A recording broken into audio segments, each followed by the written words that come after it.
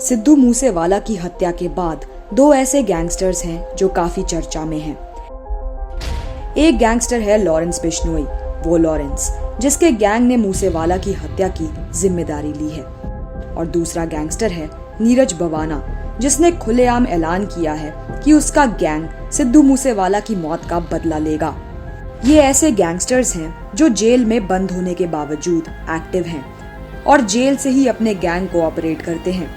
ये शब्द आपने कई दफा सुना होगा, लेकिन आज आपको बताते हैं कि आखिर गैंगस्टर होता क्या है और पुलिस कैसे किसी बदमाश को गैंगस्टर घोषित करती है। इंडिया में गैंग या गिरोह जुर्म को अंजाम देने वाले अपराधियों के खिलाफ सरकार ने साल 1986 में गैंगस्टर एक्ट बनाया था और उसे लागू किया था।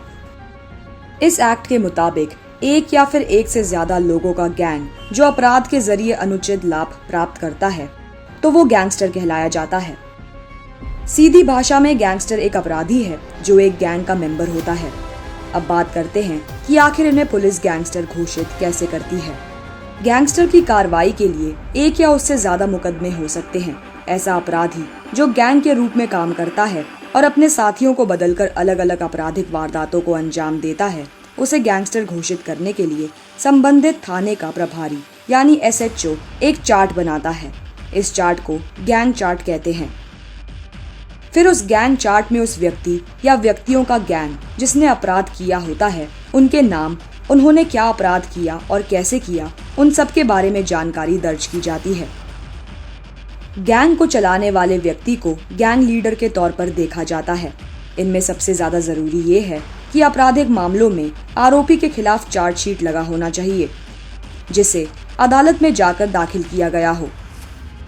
SHO इस चार्ट को अपने सीनियर ऑफिसर्स के सामने पेश करता है। फिर ये चार्जशीट CO, SP के पास होते हुए जिले के DM तक पहुंचता है। DM उस गैंग के चार्ट का निरीक्षण करते हैं और अगर उन्हें लगता है कि आरोपी गैंगस्टर एक्ट के तहत आ रहा है तो वो गैंग चार्ट को मंजूरी दे देते हैं। कुछ इस तरह से आरोपी को गैंगस्टर घोषित किया जाता है। आपको बता दें कि साल 2015 में गैंगस्टर एक्ट को मजबूती मिली थी, जिस वजह से गैंगस्टर एक्ट का दायरा बढ़ा। गैंगस्टर एक्ट में अपराधी को कम से कम 2 साल से लेकर 10 साल तक जेल की सजा मिलने का प्रावधान है। इससे पहले गैंगस्टर एक्ट में सिर्फ 15 तरह के अपराध शामिल थे, लेकिन बाद में इसके तहत आने वाले अपराधों की संख्या में बढ़ोतरी हुई। ब्यूरो रिपोर्ट, क्राइम तक।